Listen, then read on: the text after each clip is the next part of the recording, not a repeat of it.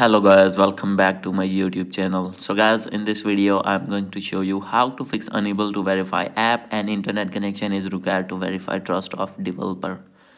So guys, when you have installed any app or already have installed and facing this type of issue that is unable to verify, so guys, simply you can fix this problem. So let's start without wasting any time.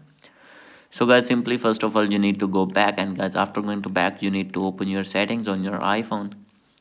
And guys, you need to check your internet connection. So guys, if you have not connected, then guys you need to connect it first. And guys, if you have already connected, then guys you need to change your internet. If you're using Wi-Fi, then guys you need to turn on your mobile data.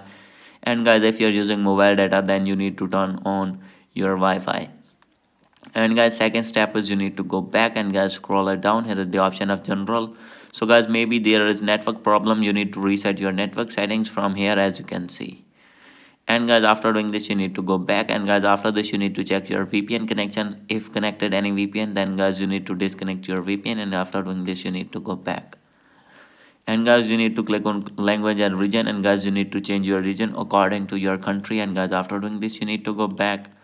You need to check your date and time, make sure that it is set automatically. And guys, at last you need to update your iPhone to latest iOS version. So guys, if you have any kind of update here, you need to update your iPhone. As you can see, I have an update that is iOS 17 1.2. So guys, if you have any kind of update here, you need to update your phone. And guys, after doing all the settings, your problem will be fixed. Hope you like this video. If you like this video, please do subscribe, comment and share. Thank you.